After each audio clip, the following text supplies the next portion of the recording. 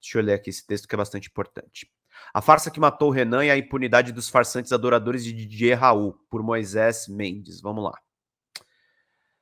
Cientistas franceses fecharam um cerco em torno do farsante de Didier Raoult. O jornalista Renan Antunes de Oliveira merecia estar aqui para acompanhar o desfecho desse caso.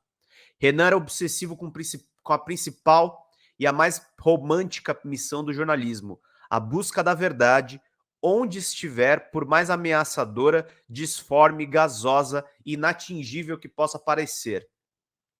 O repórter gaúcho entrava em infernos em busca do que seria a verdade. Morreu depois de ser submetido a uma mentira, uma das mais cruéis e mortais mentiras desse século XXI. A mentira dos milagres da cloroquina foi usada contra o Renan. O jornalista foi uma das primeiras vítimas da farsa patrocinada pelo governo Bolsonaro. Uma mentira que correu solta durante a pandemia, sem nenhum gesto mais forte do Ministério Público. Foi assim que a verdade, buscada pelo jornalismo, afrontada desde o começo pelo bolsonarismo e pelas fake news do gabinete do ódio e dos tios do Zap, quase perdeu a guerra na pandemia.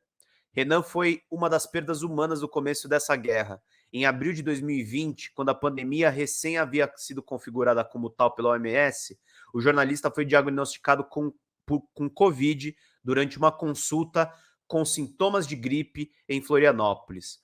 Aspas minha, tá, gente? O Renan tinha acabado de fazer uma transfusão renal na época. É muito triste essa história.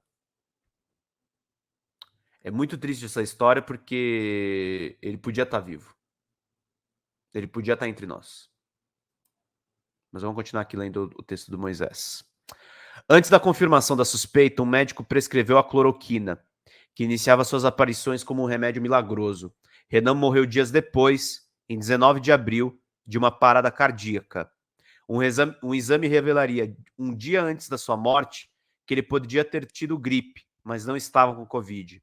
Renan morreu aos 71 anos, possivelmente pelos efeitos colaterais do remédio envolvido com a pilantragem milionária de laboratórios, Bolsonaro, militares e gangues de vampiros da pandemia. E agora ficamos sabendo, nesse início de semana, que 16 grandes organizações francesas de pesquisas científicas pediram a condenação de Didier Raoult. O médico foi o maior propagandista mundial de cloroquina para a Covid, a partir de experimentos fraudados no seu Instituto Hospitalar Universitário de Doenças Infecciosas de Marseille. Aspas minha, o Didier Raoult, infelizmente, eu não vou dar o nome aqui do site porque vocês sabem qual é o site. O Didier Raoult foi defendido por um colunista num site de esquerda. Eu acho que antes de me cobrarem qual é o site, esse site deveria fazer o exame de consciência, porque esse mesmo site depois foi fazer homenagem ao Renan no comentário. As pessoas precisam ter mais autocrítica antes de ficarem ofendidas com uma crítica. Vou continuar aqui lendo o texto. Raoult era citado quase todos os dias na CPI do genocídio no Senado como responsável pelo milagre da autoimunidade de Rancho Queimado. A cidadezinha catarinense estaria protegida pelo uso massivo da cloroquina e do kit Covid do Bolsonaro, segundo o senador gaúcho Luiz Carlos Reins. O francês era o guru do senador. Rancho Queimado era o modelo mundial do êxito do farsante. Até hoje, o médico e os pregadores da cloroquina estão impunes na França, mesmo que o próprio Raoult tenha admitido que os seus testes clínicos não provaram nada. As 16 organizações científicas que pedem a condenação dele observam que a difusão da cloroquina induziu ao erro, à morte e também ao descrédito da ciência. Esse aqui é o Reins, que é outro deputado que teve uma atuação criminosa na CPI. Renan Antunes de Oliveira não deveria ter tomado cloroquina, porque tinha uma saúde frágil e porque não precisava tomar nada contra a Covid. Mas o Brasil consumiu cloroquina como se consome aspirina. Dos mais de 700 mil mortos brasileiros por Covid, quantos foram vítimas desse uso? Opa, desculpem, gente. Quantos foram... deixa eu baixar aqui só um pouquinho. Quantos foram vítimas do uso do remédio milagroso? A condescendência do Conselho Federal de Medicina a omissão da Anvisa, o distanciamento do Ministério Público, a cumplicidade dos governos estaduais, tudo contribuiu para que a cloroquina fosse distribuída sem controles.